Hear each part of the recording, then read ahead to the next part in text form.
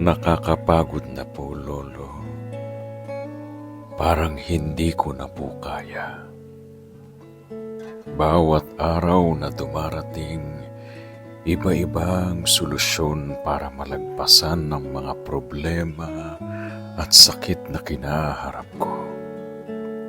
Nakakapagod, nakaka-drain, nakakasuko. Lo, deserve ko rin siguro to na malagay sa ganito. Dahil hindi naman po ako naging mabuti sa lahat.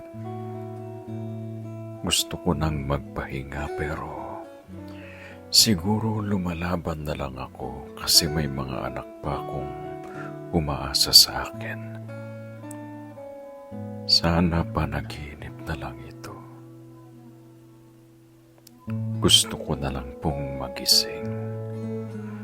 Gusto ko na lang pong bumalik sa dati at maging maayos. Gusto ko na pong sumukulo. Hindi ko na po alam. Love,